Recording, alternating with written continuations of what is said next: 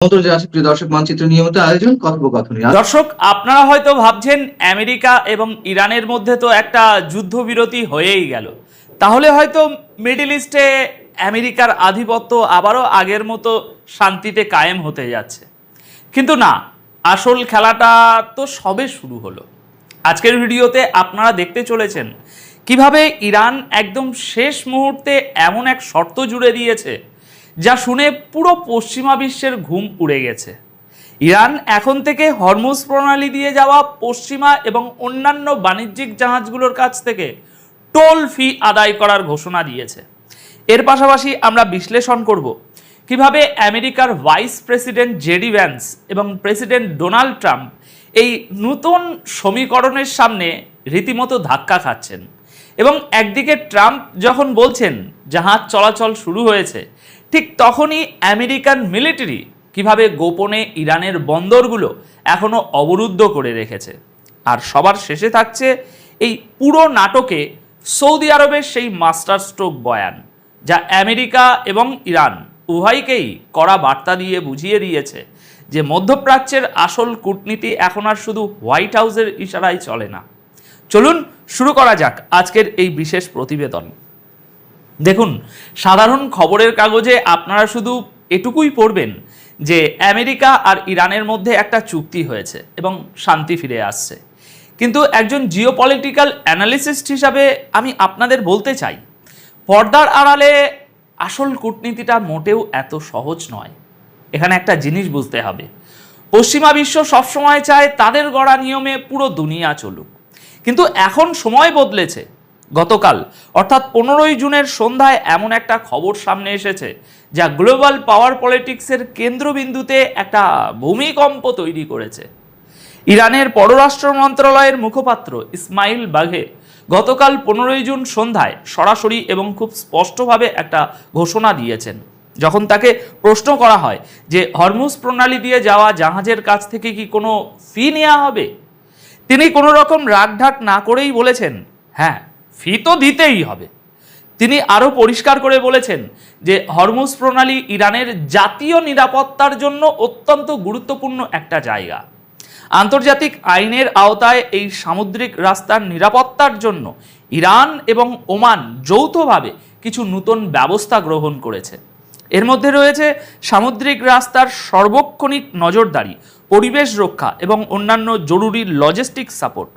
আর এই যে সার্ভিসগুলো দেয়া হবে তার জন্য বাণিজ্যিক জাহাজগুলোকে এখন থেকে টাকা গুনতে হবে।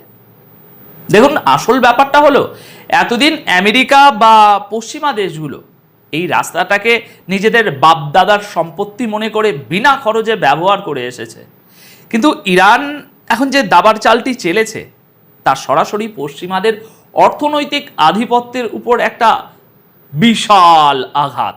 কয়েক মাসের চরম উত্তেজনা আর সংঘাতের পর আমেরিকা হয়তো ভেবেছিল তারা একটা চুক্তি করে ইরানকে আটকে ফেলেছে, কিন্তু ইরান এই চুক্তির একদম শেষ মুহূর্তে এই টোল আদায়ের শর্তটি জুড়ে দিয়ে পুরো পশ্চিমা বিশ্বকে বোকা বানিয়ে দিয়েছে। এর সোজা অর্থ হলো, হরমুজ প্রণালী দিয়ে পার হওয়া গালফ দেশগুলোর তেল, গ্যাস বা অন্যান্য সামগ্রীর পরিবহন খরচ এখন বহুগুণ বেড়ে যাবে। বিশ্লেষকদের মতে এটা যুদ্ধের পর স্ট্র্যাটেজিক্যালি ইরানের একটা বিশাল বড় বিজয়। এতদিন যে জাহাজগুলো আরামসে এই রাস্তা দিয়ে পার হয়ে যেত, এখন তাদের ইরানের সার্ভিসের উপর নির্ভর করতে হবে এবং টাকা দিতে হবে। পশ্চিমা শিপিং কোম্পানিগুলো হয়তো ইরানকে এখন জোর জুলুমকারী হিসাবে তুলে ধরার চেষ্টা করবে, কারণ তাদের দাবি অনুযায়ী এমন কোনো সিকিউরিটি সার্ভিসের দরকার তাদের আগে কখনো পড়েনি। কিন্তু বাস্তবতা হলো, গ্লোবাল সাউথ বা নন ওয়েস্টার্ন দেশগুলো এখন নিজেদের ভৌগোলিক শক্তির সঠিক ব্যবহার একদম কড়ায় গন্ডায় বুঝে গেছে। এখন আসুন দেখি এই পরিস্থিতিতে আমেরিকার রিয়াকশনটা ঠিক কি। ইরান যখন একতরফাভাবে এই ফি আদায়ের ঘোষণা দিল, তখন আমেরিকা যে ভিতরে ভিতরে কতটা অস্বস্তিতে পড়েছে তা তাদের নেতাদের কথা থেকেই স্পষ্ট। 15ই জুন সন্ধ্যায় আমেরিকার ভাইস প্রেসিডেন্ট জেডি ভ্যান্সের একটি ইন্টারভিউ সামনে আসে। তাকে যখন সরাসরি জিজ্ঞাসা করা হলো যে ইরানের সাথে কি এমন কোনো চুক্তি হয়েছে যেখানে হরমুজ প্রণালী প্রথম 60 দিন বিনা ফিতে খোলা থাকবে, নাকি দীর্ঘমেয়াদের জন্য জাহাজগুলো ফ্রিতে যাতায়াত করতে পারবে? এর উত্তরে জেডি ভ্যান্স বললেন তা থেকে আমেরিকার বর্তমান দুর্বলতা খুব সুন্দরভাবে ফুটে ওঠে। তিনি বললেন যে আমেরিকা আশা করে হরমুজ প্রণালী দীর্ঘ সময়ের জন্য বিনা টোলেই খোলা থাকবে। তিনি আরও যোগ করলেন যে এই বিষয়ে এখনো কোনো চূড়ান্ত সিদ্ধান্ত হয়নি এবং আগামী দিনের আলোচনাগুলোতে এসব টেকনিক্যাল বিষয়গুলো ঠিক করা হবে। দর্শক, ব্যাপারটা একটু তলিয়ে দেখুন, ভাবুন। একদিকে ইরান বুক ফুলিয়ে বলছে ফি দিতেই হবে, আর অন্যদিকে বিশ্বের তথাকথিত সুপার পাওয়ার আমেরিকার ভাইস প্রেসিডেন্ট বলছেন তারা আশা করছেন রাস্তাটা ফ্রি থাকবে। এর মানে হলো যুদ্ধ থামানোর যে চুক্তিটা হয়েছে সেখানে হরমুজ প্রণালীর নিয়ন্ত্রণ কার হাতে থাকবে তা নিয়ে আমেরিকা এবং ইরান এখনো একেবারেই ভিন্ন দুই মেরুতে অবস্থান করছে। আমেরিকা এখনো সেই পুরনো দিনের স্বপ্নে বিভোর যে তারা ধমক দিলেই সব ফ্রি হয়ে যাবে, কিন্তু গ্রাউন্ড রিয়ালিটি বলছে অন্য কথা। আগামী দিনগুলোতে এই দর কষাকষিতেই প্রমাণ হয়ে যাবে যে বিশ্বের সবচেয়ে গুরুত্বপূর্ণ এই সামুদ্রিক রুটটি কি সত্যিই পশ্চিমাদের জন্য আগের মতোই একেবারে বিনামূল্যে ব্যবহারের জন্য উন্মুক্ত থাকবে, নাকি তাদেরকে ইরানের শর্ত মেনেই সেখানে ব্যবসা করতে হবে। দর্শক, এর ঠিক পরেই 15 জুন সন্ধ্যায় আমেরিকার প্রেসিডেন্ট ডোনাল্ড ট্রাম্পের একটি বিবৃতি আসে যা পরিস্থিতিকে আরো বেশি ঘোলাটে করে তুলেছে। ডোনাল্ড ট্রাম্প অত্যন্ত আত্মবিশ্বাসের সাথে দাবি করলেন যে হরমুজ প্রণালী দিয়ে জাহাজের আনাগোনা আবার শুরু হয়ে গেছে। তিনি কি বলেছে জানেন? তিনি বললেন তেল ভর্তি অনেক জাহাজ নাকি ওই রাস্তা দিয়ে বের হতে শুরু করেছে এবং ওমানের দিকের রুটটি পুরোপুরি সুরক্ষিত। কিন্তু ট্রাম্পের এই কথার আড়ালে যে আরেকটা বিশাল বড় গেম প্ল্যান চলছে সেটা ফাঁস করে দিয়েছে রয়টার্সের গতকালকের একটি রিপোর্ট। রয়টার্সের খবর অনুযায়ী আমেরিকান মিলিটারির তরফ থেকে ইস্যু করা একটি অ্যাডভাইজারিতে পরিষ্কার বলা হয়েছে যে ইরানের বন্দরগুলোর উপর আমেরিকান নৌবাহিনীর যে নৌ অবরোধ ছিল এতদিন তা এখনো পুরোপুরি বহাল আছে এবং সবচেয়ে গুরুত্বপূর্ণ তথ্যটি হলো এই অবরোধ আগামী শুক্রবার অর্থাৎ 19 জুন 2026 তারিখ পর্যন্ত জারি থাকবে, কারণ এই 19 জুন তারিখে আমেরিকা এবং ইরানের মধ্যে চূড়ান্ত চুক্তিতে স্বাক্ষর হওয়ার কথা রয়েছে। এখন আমেরিকান মিলিটারি খুব কড়া ভাষায় হরমুজ দিয়ে যাওয়া জাহাজগুলোকে নির্দেশ দিয়ে রেখেছে এখনো যে যতক্ষণ না পর্যন্ত পরিষ্কার অনুমতি মিলছে ততক্ষণ যেন কোনো জাহাজ ইরানের বন্দরগুলোর দিকে যাওয়ার বা সেখান থেকে বের হওয়ার চেষ্টা না করে। অর্থাৎ দর্শক, এখানে আমেরিকার দ্বিমুখী নীতিটা খুব পরিষ্কার। কেন? কারণ একদিকে প্রেসিডেন্ট ট্রাম্প দুনিয়াকে দেখাচ্ছেন যে তিনি পরিস্থিতি স্বাভাবিক করে ফেলেছেন এবং জাহাজ চলছে, অন্যদিকে আমেরিকান নেভি বন্দুকের জোরে ইরানের বন্দরগুলোকে এখনো আটকে রেখেছে। আরব দেশগুলোর জাহাজ হয়তো যাতায়াত করছে, কিন্তু ইরানের উপর আমেরিকার এই দাদাগিরি এখনো চলছে। শুধু তাই নয়, সামুদ্রিক নিরাপত্তার সাথে জড়িত বিশেষজ্ঞরা জানাচ্ছেন যে হরমুজ প্রণালীকে আগের অবস্থায় ফিরিয়ে আনতে এখনো কয়েক সপ্তাহ সময় লাগবে। কেন? কারণ সমুদ্রে যে মাইন বা ওই বিস্ফোরক বিছানো হয়েছিল সেগুলো পরিষ্কার করতেই 40 থেকে 50 দিন সময় লেগে যেতে পারে। আর এই কারণেই বড় বড় শিপিং কোম্পানি এবং ইন্স্যুরেন্স কোম্পানিগুলো এখনো তাদের জাহাজ এই রুটে পাঠাতে ভয় পাচ্ছে, প্রচণ্ড ভয় পাচ্ছে। ইন্টারন্যাশনাল চেম্বার অফ শিপিং এর তথ্য অনুযায়ী এই মুহূর্তে প্রায় 500টি বাণিজ্যিক জাহাজ হরমুজ পার হওয়ার অপেক্ষায় সাগরে একেবারে নোঙর ফেলে দাঁড়িয়ে আছে এবং প্রায় 20,000 সামুদ্রিক কর্মী বিভিন্ন জাহাজে আটকে আছেন।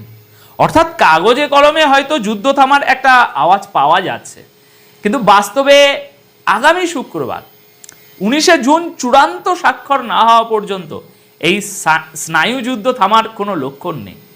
আচ্ছা, এবার আসা যাক এই পুরো এপিসোডে আরব বিশ্বের ভূমিকায়, বিশেষ করে সৌদি আরবের অবস্থানে। আমেরিকা ও ইরানের এই চুক্তির পর সৌদি আরব যে বিবৃতি দিয়েছে তার ভিতরে লুকিয়ে আছে জিওপলিটিক্সের আরেকটা বড় মাস্টার ক্লাস। সৌদি আরবের পররাষ্ট্র মন্ত্রণালয় এই 60 দিনের যুদ্ধবিরতি এবং শান্তি আলোচনার উদ্যোগকে স্বাগত জানিয়েছে, ঠিকই গতকাল জানিয়েছিলাম, কিন্তু এর সাথে তারা এমন কিছু কথা বলেছে যা পশ্চিমাদের জন্য একটা প্রচ্ছন্ন সতর্ক বার্তা।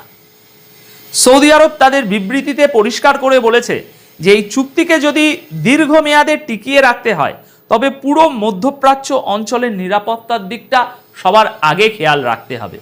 প্রতিটি দেশের সার্বভৌমত্বের সম্মান করতে হবে এবং কোনো দেশ যেন অন্য দেশের অভ্যন্তরীণ বিষয়ে হস্তক্ষেপ না করে সেটা দেখতে হবে। দর্শক, এই কথাগুলোর আসল অর্থটা কি জানেন? সৌদি আরব আসলে এখানে কাউকেই ছাড় দেয়নি। তারা আমেরিকাকে বুঝিয়ে দিয়েছে যে মধ্যপ্রাচ্যের মাটিতে আমেরিকার ইচ্ছে মতো অন্য দেশের অভ্যন্তরীণ বিষয়ে নাক গলানো বা সামরিক ঘাঁটি ব্যবহার করে আঞ্চলিক ভারসাম্য নষ্ট করার যে পুরনো পলিসি, সেটা আর মেনে নেওয়া হবে না এই যুদ্ধের পর। অন্যদিকে হরমুজ প্রণালীতে জাহাজের অবাধ যাতায়াত যে তাদের অর্থনীতির জন্য কতটা জরুরি সেটাও তারা পরোক্ষভাবে মনে করিয়ে দিয়েছে। সৌদি আরব খুব চালাকির সাথে এটা স্পষ্ট করে দিয়েছে যে শুধু আমেরিকা আর ইরানের স্বার্থ রক্ষা করলেই চলবে না চুক্তিতে, বরং এই চুক্তিতে পুরো মিডল ইস্টের দেশগুলোর স্বার্থ সমানভাবে নিশ্চিত করতে হবে। এখানে কারো একক আধিপত্য চলবে না। দর্শক, গ্লোবাল পলিটিক্সে এখন আর কেউ অন্ধভাবে আমেরিকার পক্ষে বা বিপক্ষে যায় না। সবাই নিজের দেশের স্বার্থটাকে আগে দেখছে। আজকের এই পুরো বিশ্লেষণ থেকে একটা বিষয় একদম জলের মতো পরিষ্কার, যে পশ্চিমা বিশ্ব এতদিন মিডল ইস্টকে যেভাবে নিয়ন্ত্রণ করে আসছিল সেই দিন শেষ হয়ে আসছে না, হয়ে গেছে। ইরানের টোল আদায়ের সাহস, আমেরিকার অভ্যন্তরীণ দ্বিধা, ট্রাম্পের কথার সাথে মিলিটারির কাজের অমিল সবকিছুই প্রমাণ করে যে বিশ্ব এখন আর এক মেরু কেন্দ্রিক নেই। আগামী 19শে জুন 2026-এর চুক্তিতে কি স্বাক্ষর হয় এবং হরমুজ প্রণালীর নিয়ন্ত্রণ শেষ পর্যন্ত কোন দিকে গড়ায় তার উপরেই নির্ভর করছে আগামী দশকের গ্লোবাল ভূ রাজনীতির ভবিষ্যৎ। দর্শক, আজকের এই বিশ্লেষণ নিয়ে এখন আপনাদের কি মতামত? আপনারা কি মনে করেন ইরান শেষ পর্যন্ত হরমুজ প্রণালীতে টোল আদায়ে সফল হবে, নাকি আমেরিকা আবার কোনো সামরিক বা অর্থনৈতিক চাপ দিয়ে তাদের আটকে দেবে? আপনাদের মূল্যবান মতামত অবশ্যই কমেন্ট করে জানাবেন। আসসালামু আলাইকুম রহমতুল্লাহি ওয়া বারাকাতুহু। সম্মানিত দর্শক, রাজনীতি মানেই বিনোদন, চরম বিনোদন। কখনোই বিনোদন ইন্টেলেকচুয়াল লেভেলে হয়, কখনোই বিনোদন ক্ষমতার কেন্দ্রে হয়, এবং এখানে মেধা, মননশীলতা, যোগ্যতা, অভিজ্ঞতা, কূটনীতি, দক্ষতা, এগুলোর যেভাবে সকর্যতা থাকে, এগুলোর যেভাবে একটা গ্রহণযোগ্যতা থাকে, এবং এগুলোকে কেন্দ্র করে পলিটিক্যাল হিউমার এমন একটা জায়গাতে পৌঁছে যায়, এবং সেই হিউমারের কারণে আমরা এখনো পর্যন্ত উইনস্টন চার্চিল কিংবা ধরুন আব্রাহাম লিঙ্কন, এদের সবাইকে স্মরণ করি। আবার পাক ভারত উপমহাদেশে আমরা মহাত্মা গান্ধী, মাওলানা আবুল কালাম আজাদ, পণ্ডিত জওহরলাল নেহেরু, তাদের সবাইকে স্মরণ করি তাদের গ্রেটেস্ট হিউমার বা সেন্স অফ হিউমারের জন্য। বাংলাদেশের বঙ্গবন্ধু শাহ আজিজুর রহমান, মিজানুর রহমান চৌধুরী, আব্দুল সামাদ আজাদ, সুরঞ্জিত সেনগুপ্ত, মোরালেস, তারা সবাই, ইভেন সালাউদ্দিন কাদের চৌধুরী, তারা সবাই খুবই বিখ্যাত ছিলেন তাদের সেন্স অফ হিউমারের জন্য।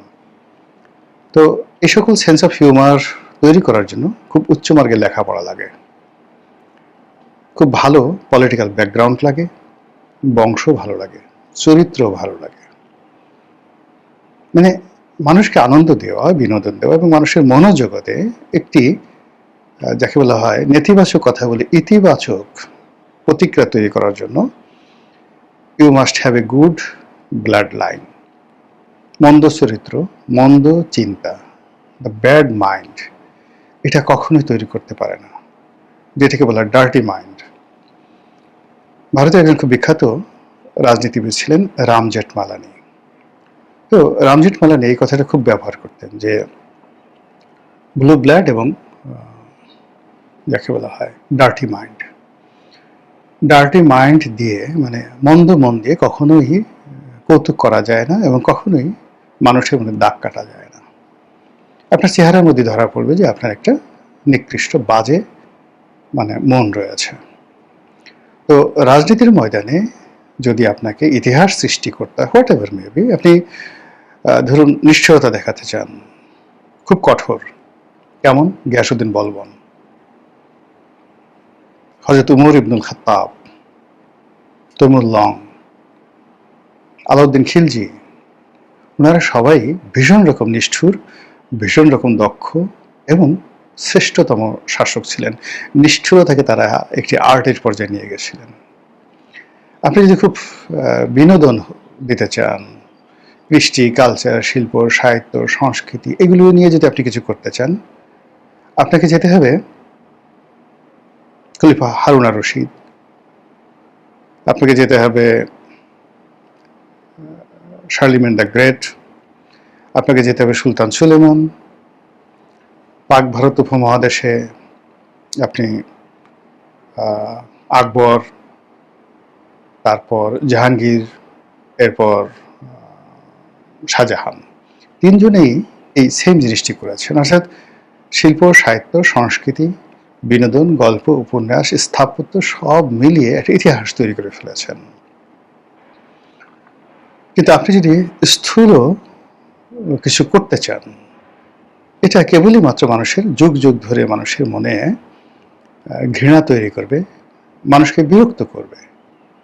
আর আপনি কিয়ামত পর্যন্ত চেষ্টা করলেও এই ধরনের যাকে বলা হয় দুর্নাম এবং বদনাম থেকে নিজেকে নিবৃত করতে পারবেন না। আপনি এখানে আওয়ামী লীগের পার্লামেন্টে কয়েকজন মহিলা এমপি ছিলেন, তো যারা দেখে দেখে ভাষণ দিতেন, অকথ্য, মানে দেখা যায় না, এটাকে কি বলবো, যেটা দেখা যায় না, বিশ্রী রকম, অশ্লীল, শোনা যায় না, অবনক্সিয়াস, এরকম ভাবভঙ্গি, কথাবার্তা, অঙ্গ প্রত্যঙ্গ দিয়ে সে সকল মহিলারা এবং কিছু কিছু পুরুষরা তারা যে বক্তব্য দিতেন, সেই বক্তব্য পুরো মনে হতো যে শেখ হাসিনার যে রেজিম, সেই রেজিমের সকল অর্জন একেবারে নদীতে ফেলে দিয়েছে। এবং শেখ হাসিনা যতই নিজেকে স্মার্ট মনে করতেন না কেন, তাকে কিন্তু মূল্যায়ন করা হতো ওই সমস্ত লোকদেরকে দিয়ে যাদেরকে তিনি সিলেক্ট করেছেন। কোনো রিজন নাই যে একজন মানুষ যে তার সঙ্গী হিসেবে, সহকর্মী হিসেবে, মেম্বার অফ পার্লামেন্ট কি, এখন ধরুন মেম্বার অফ পার্লামেন্ট তারেক জিয়ারও যে অবস্থা, পার্থরও যে অবস্থা, আর এখানে মহিলা কোঠায় এমপি হয়েছেন যারা Shammi, Nilufar Chowdhury Moni, Ranu, all are the same. এখন আপনি নিজেকে যতই বস মনে করেন না কেন, তারা আপনার সহকর্মী। কাজে আপনি কাকে সহকর্মী বানাবেন, কাকে আপনার পাশে বসাবেন, কাকে আপনি মাননীয় সংসদ সদস্য বলে সম্বোধন করবেন, এটার রুচির উপরে, আভিজাত্যের উপরে সবকিছু নির্ভর করবে। সংসদে এই যে মহিলাদের অন্তর্ভুক্তি, এটা এরশাদ সাহেব করেছিলেন এবং এটাকে তাচ্ছিল্য করার জন্য জাইজুদ্দিন সম্পাদক শফিক রেহমান লিখেছিলেন সংসদের 30 সেট অলংকার, just like a puppet, just like a ornament, কিছুই না, সংসদের সৌন্দর্য বৃদ্ধি।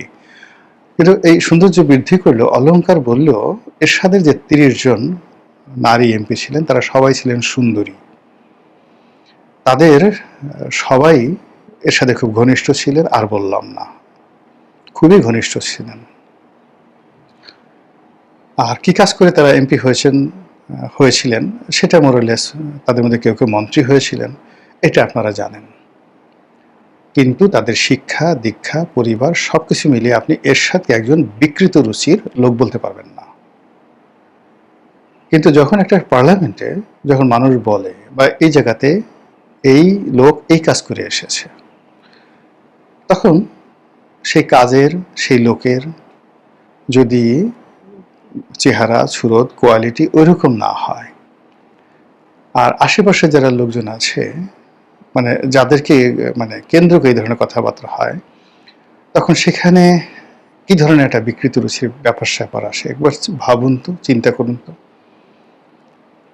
অনেক সময় মানে সমাজকে রিপ্রেজেন্ট করার জন্য অনেকে তুলে আনতে হয়। যেমন এবার পশ্চিমবঙ্গের লোকসভাতে, বিধানসভাতে, লোকসভাতে নয়, একেবারে একজন কাজের বুয়া তিনি বিধায়ক নির্বাচিত হয়ে গেলেন এবং তাকে একটা মন্ত্রণালয় দেওয়া হয়েছে, মন্ত্রী হয়ে গেছেন। তো এই যে তার যে সরলতা, সহজ, পার্লামেন্টে যাচ্ছেন, মন্ত্রী হয়ে কী করবেন, তিনি তখন থালা বাসন মাজছেন, এটা যাকে বলা হয় এক ধরনের উদারতা।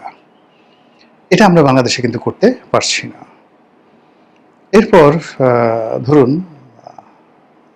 ভারতের এখন বর্তমান যিনি রাষ্ট্রপতি রয়েছেন, হরিজন সম্প্রদায় থেকে এসছেন, এটা ভারত রাষ্ট্রের একটা উদার্যতা যে এই পর্যায়ের মানুষকে এনে রাষ্ট্রপতির আসনে বসা হয়, কিন্তু তাদের আপনি দেখেন যে ক্যারিয়ারটা, লেখাপড়ার ক্যারিয়ারটা লং অ্যান্ড আউটস্ট্যান্ডিং। কিন্তু আমাদের সময়টাতে, বিভিন্ন সময়টাতে আমরা সবসময় চেষ্টা করি কে আমার জুতা টানতে পারবে ভালো, কে আমাকে বিছানায় আনন্দ দিতে পারবে, কে আমাকে হাত পা টিপতে পারবে ভালো, কে আমার দাড়িমোষ কামিয়ে দিতে পারবে, কে আমার বাজার করে দিতে পারবে, কে আমার জামা কাপড় লন্ড্রি করে দিতে পারবে। সেই মানুষগুলোকে আমরা সবসময় কাছে রাখার চেষ্টা করি।